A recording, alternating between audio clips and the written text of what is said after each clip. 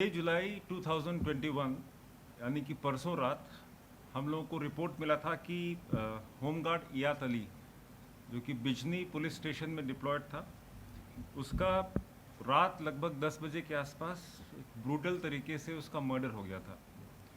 Immediately सारे senior officers हम लोग स्पॉट पे गए थे और तभी हमने इनिशियल इन्वेस्टिगेशन में इसको निकाला था कि कोई एक पर्सनल एनिमिटी की वजह से होमगार्ड इयात अली का मर्डर किया गया है।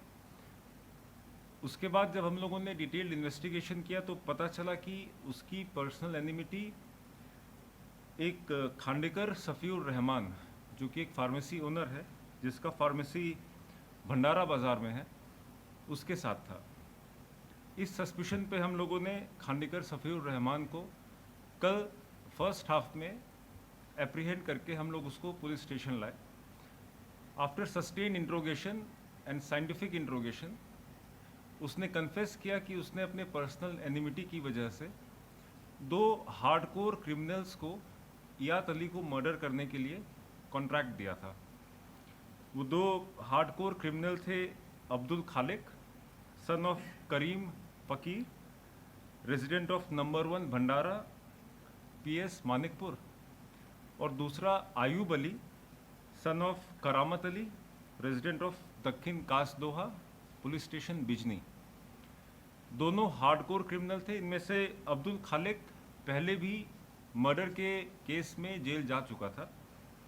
उनको ₹1.5 लाख के कॉन्ट्रैक्ट पे इयात अली को मर्डर करने का कॉन्ट्रैक्ट खांडेकर सफ़ीउर रहमान ने दिया था।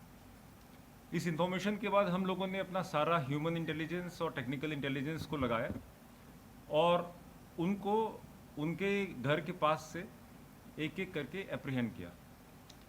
एप्रीहेंशन के बाद आफ्टर सस्टेन्ड इंट्रोगेशन हर तरीके से जब हम लोगों ने एक साइंटिफिक इंट्रोगेशन और साइकोलॉजिकल इंट्रोगेशन किया तो उसमें पता चला कि इन लोगों ने अपना क्राइम कन्फेस किया।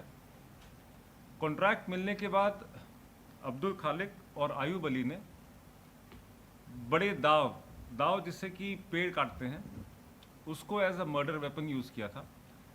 इयात अली जब अपना ड्यूटी कंप्लीट करके पुलिस स्टेशन से अपने घर जा रहा था तो बीच रास्ते में जहाँ पे प्लेस ऑफ अकरेंस है वो बहुत ही सुनसान एरिया है, वहाँ पे अंधेरे और खाली जगह का फ़ायदा उठा के पहला वार आयूब अली ने उसके पीठ पे किया जिससे कि इयात अली गिर गया था। आयूब अली जिसका एज 18 साल है, ये उसका पहला क्राइम था और वो उसके बाद वहाँ से अपना दाव लेके सीन ऑफ क्राइम से पैडी फील्ड एक बीच में था उसको क्रॉस करके अपने घर चला गया।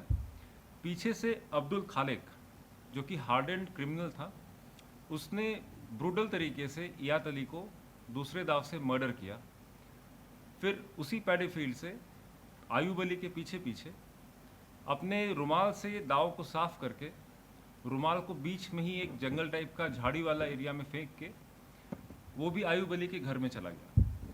मतलब दोनों मर्डर वेपन इन लोगों ने आयूब अली के घर पे छुपाए थे। जब हमको मर्डर वेपन का पता चला तो in presence of executive magistrate और independent witnesses as per laid down procedures हम लोगों ने हाउस सर्च करके उस मर्डर वेपन को रिकवर करने के लिए एक team led by additional SP headquarter Prakash Medhi, SDPO Bijni and OC Bijni, वो लोग आयूब अली के घर गए। वहाँ पे भी जहाँ बताया था उस जगह मर्डर वेपन नहीं मिला। उन लोगों ने घटना की अगली सुबह मर्डर वेपन को घर के पीछे जो खेर पूंजी है उसमें काफ़ी अंदर छुपा के रखा हुआ था। पूरे 2 घंटे की मेहनत के बाद under proper videography and in presence of magistrate and witnesses दोनों मर्डर वेपन्स रिकवर हो गए। उसके बाद हमारे लिए क्रूशियल पीस ऑफ एविडेंस था वो रुमाल जिससे उन्होंने दाव को पूछा था, क्योंकि उसमें इयात अली का ब्लड स्टेन्स होता। उसको लेने के लिए जब अब्दुल खालिक को पुलिस की टीम उस झाड़ी के पास लेके गई, वहाँ पे उसने पॉइंट आउट किया कि उसने कहाँ पे फेंका। अंधेरे में जब पुलिस टीम उसको ढूंढने में लगी हुई थी उस समय एसडीपीओ बिजनी का जो ऑफिशियल वेपन है पिस्टल उसके जो कमर में था, अब्दुल खालिक ने उसको वहाँ से छीना और कोशिश किया हैंडकफ को छुड़ा के अंधेरे में जंगल के रास्ते ही भाग जाने की कोशिश की, बंदूक को पुलिस की तरफ पॉइंट करते हुए। In the interest of safety of police party और जो गवर्नमेंट प्रॉपर्टी था यानी कि आर्म्स, और अब्दुल खालिक को एप्रीहेंड करने के लिए, जो कि इस इन्वेस्टिगेशन और जस्टिस के लिए इम्पोर्टेंट था, पुलिस ने इमीडिएटली उसको रोकने का कोशिश किया और controlled minimum firing aimed at non vital organs करके हमने उसको पकड़ा। और पकड़ते ही इमीडिएटली 108 को बुलाया और जो नियरेस्ट भेटागांव CHC है उसमें पुलिस की गाड़ी में उसको लेके हम लोग तुरंत पहुंचे। बट अनफॉर्चुनेटली अब्दुल खालिक का देहांत हो गया था, he was declared broad dead.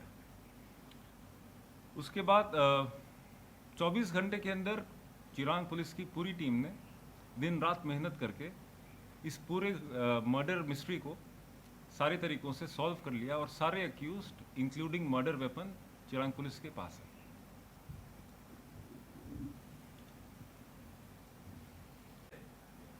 जैसा मैंने कहा, एक पर्सनल एनिमिटी था और क्योंकि पर्सनल था इसको बहुत ज़्यादा डिटेल में बताने का ज़रूरत नहीं है। पॉइंट ये है कि मोटिव शफीउर रहमान के पास था, खांडेकर शफीउर रहमान, और उसने अपने इस मोटिव को अचीव करने के लिए इन 2 हार्डकोर क्रिमिनल्स को हायर किया था। अभी तक हम लोगों ने 3 लोगों को पकड़ा है, उनमें से 2 हमारे कस्टडी में हैं और एक, जैसा मैंने बताया, इस इंसिडेंट की वजह से अभी नहीं है, बट हम लोगों ने एप्रीहेंड 3 को किया। और है क्या, कोई और लोग हो सकता है?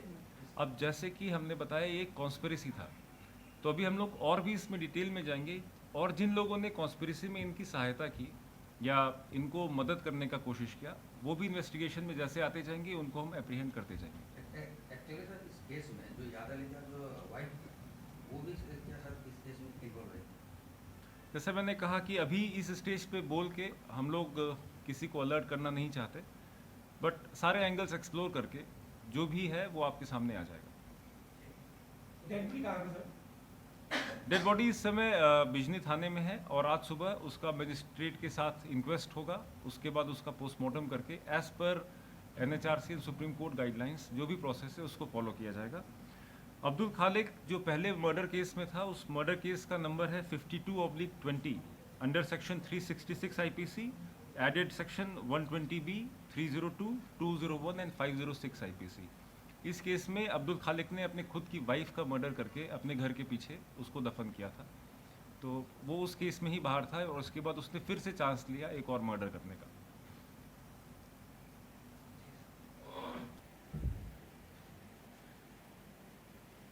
जैसा कि हमारे होमगार्ड इयात अली की फैमिली में 3 बच्चे हैं, एक 2.5 साल की बेटी और 2 बेटे 10 साल और 14 साल के। तो ऑनरेबल DGP आसाम अपने वेलफेयर जेस्चर की तरह उन्होंने under national foundation for communal harmony, जो कि एक मिनिस्ट्री ऑफ होम अफेयर्स का प्रोजेक्ट है, जो प्रोजेक्ट आश्वास की तरह से इम्प्लीमेंट होता है आसाम में, उसमें DGP आसाम सर ने अनाउंस किया है कि इयात अली के तीनों बच्चों को 1500 रुपीज़ पर मंथ पर चाइल्ड, जब तक कि बच्चों का एज 18 ईयर्स ना हो जाए, वो ऑनरेबल DGP आसाम ने लेट इयात अली के तीनों बच्चों के लिए अनाउंस किया है। কৰিছিল সেইজন আছিল আচলতে প্ৰশাসনৰ লগত জড়িত এজন গৃহৰক্ষী জোৱান, আৰু সেই গৃহৰক্ষী জোৱানজনক যিকেইজন নৰপিক্ষাছে হত্যা কৰিছে নৃশংসভাৱে, এই হত্যাকাৰীসকলক ইতিমধ্যে 24 ঘণ্টা নহওঁতে চিৰাং আৰক্ষী আৰু বিজনী আৰক্ষীয়ে ইতিমধ্যে গ্ৰেপ্তাৰ কৰিছে। আৰু এজন যিজন অপৰাধী সেইজনে পুলিচৰ পিষ্টলকাৰী পলাব খোজোতে আচলতে আৰক্ষীয়ে তেওঁক ইনকাউণ্টাৰ কৰি হত্যা কৰিছে। আৰু সেই ইনকাউণ্টাৰ কৰা কাৰ্যক আমি ছাত্ৰ সন্থাই আদৰণি জনাইছোঁ, কাৰণ যিজন ব্যক্তিয়ে এজন গৃহৰক্ষী জোৱানক হত্যা কৰিব পাৰে সেইজন ব্যক্তিৰ আচলতে জীয়াই থকাৰ আচলতে কোনো ধৰণৰ হেৰি নাই, আৰু সেইকাৰণে আমি চিৰাং আৰু বিজনী আৰক্ষীক ধন্যবাদ জনাইছোঁ। পৰহি আপোনাৰ বিজনী আৰক্ষী থানাত কৰ্মৰত গৃহৰক্ষী জোৱান ইয়াদ আলী তেওঁ ঘৰমুৱা হওঁতেই তেওঁৰ ৰাস্তাত দুৰ্বৃত্তই নৃশংসভাৱে তেওঁক হত্যা কৰিলে। তাৰ বাবে আমি তীব্ৰ ভাষাৰে গৰিহণা দিছিলোঁ আৰু আমি আৰক্ষী প্ৰশাসনক আহ্বান জনাইছিলোঁ যাতে অতি শীঘ্ৰে অপৰাধীক যাতে গ্ৰেপ্তাৰ কৰে, আৰু 24 ঘণ্টা নহওঁতেই আজি চিৰাং আৰক্ষী তথা বিজনী আৰক্ষীয়ে সেই অপৰাধীসমূহক গ্ৰেপ্তাৰ কৰিবলৈ সক্ষম হৈছে, আৰু তাৰ কাৰণে আমি চিৰাং আৰু বিজনী আৰক্ষীক আন্তৰিকভাৱে আমচুৰ ফালৰ পৰা ধন্যবাদ জ্ঞাপন কৰিছোঁ। আৰু তিনিজন অপৰাধীৰ ভিতৰত এজন অপৰাধী কুখ্যাত অপৰাধী আছিলে, যাৰ নাম আছিলে আপোনাৰ আব্দুল খালেক। তেওঁ ইয়াৰ পূৰ্বে কেইবাটাও হত্যাকাণ্ডৰ লগত তেওঁ জড়িত। তেওঁৰ নিজৰ ঘৈণীয়েককো তেওঁ হত্যা কৰিছিল, হত্যা কৰি তেওঁ জেলত গৈছিলে। আৰু এইজন ব্যক্তিক ইয়াদ আলীক হত্যা কৰাৰ বাবদ তেওঁ 1.5 লাখ টকা কণ্ট্ৰাক্ট লৈছিলে। আৰু এইজন হত্যাকাৰীক গ্ৰেপ্তাৰ কৰাৰ লগে লগেই আজি সেই হত্যাকাৰীয়ে আপোনাৰ বিজনী মহকুমা আৰক্ষী বিষয়াৰ পিষ্টল কাঢ়ি তেওঁক গুলিয়াবলৈ চেষ্টা চলাইছিলে। আৰু তেনে অৱস্থাত চিৰাং আৰক্ষীয়ে তেওঁক গুলিয়াই এনকাউণ্টাৰ কৰিছে। আৰু তাৰ বাবে আমি চিৰাং আৰক্ষীক ধন্যবাদ দিছোঁ, বিজনী আৰক্ষীক আমি ধন্যবাদ দিছোঁ, আদৰণি জনাইছোঁ তেওঁলোকৰ এনে পদক্ষেপক। আৰু বাকী যি 2জন অপৰাধী আছে সেই 2জন অপৰাধীকো অতি শীঘ্ৰেই ফাষ্ট ট্ৰেক আদালতৰ জৰিয়তে বিচাৰ কৰি সেইসমূহ অপৰাধীৰ বিৰুদ্ধে ব্যৱস্থা গ্ৰহণ কৰাৰ কাৰণে আমি আহ্বান জনাইছোঁ। আৰু এটা ইতিমধ্যেই দুখ লগা কাহিনী যে সেইখন ঘৰত 3জন ল'ৰা ছোৱালী আছে, তেওঁলোক নাবালক হয়। গতিকে আমি অসম আৰক্ষী তথা অসম চৰকাৰক আমি আহ্বান জনাইছোঁ যাতে সেই ল'ৰা ছোৱালীসমূহৰ যাতে দায়িত্ব অসম চৰকাৰ তথা আৰক্ষীয়ে লয়, যাতে তেওঁলোক পঢ়া শুনা কৰিব পাৰে, তেওঁলোকৰ যাতে সংস্থাপনৰ ক্ষেত্ৰত কোনো ধৰণৰ অসুবিধা নহয়, তাৰ কাৰণে আমি আহ্বান জনাইছোঁ। আৰু অসম চৰকাৰক আমি বিনম্ৰভাৱে অনুৰোধ জনাইছোঁ যে যিসমূহ ড্ৰাগছৰ লগত জড়িত, যিসমূহ ড্ৰাগছ বিক্ৰী কৰে, যিসমূহ ধৰ্ষণ কৰে, যিসমূহ হত্যা কৰে, কিলাৰ মানুহক হত্যা কৰাৰ কাৰণে কণ্টাক্টত যায়, সেইসমূহ অপৰাধীক যাতে গুলিয়াই মৰাৰ কাৰণে পুলিচক এটা অনুমতি দিয়ে, তাৰ কাৰণে আমি আহ্বান জনাইছোঁ। কাৰণ এইসমূহ অপৰাধীক যদি সমাজৰ পৰা নিৰ্মূল নকৰে তেতিয়াহ'লে কিন্তু সমাজখন অস্থিৰ হৈ থাকিব, সমাজখনত বিভিন্ন ধৰণৰ আইন শৃংখলাজনিত পৰিৱেশ হৈয়ে থাকিব আৰু ইয়াদ আলীৰ দৰে নিৰীহ ব্যক্তি হত্যা হৈয়ে থাকিব। গতিকে সেইকাৰণে আমি অসম চৰকাৰক বিনম্ৰভাৱে আহ্বান জনাইছোঁ, এই ড্ৰাগছ তথা ধৰ্ষণ তথা হত্যাকাৰীৰ লগত জড়িত অপৰাধীসমূহক যাতে গুলিয়াই মাৰে, তাৰ কাৰণে যাতে এখন আইন আনে বিধানসভাত, তাৰ কাৰণে আমি আহ্বান জনাইছোঁ।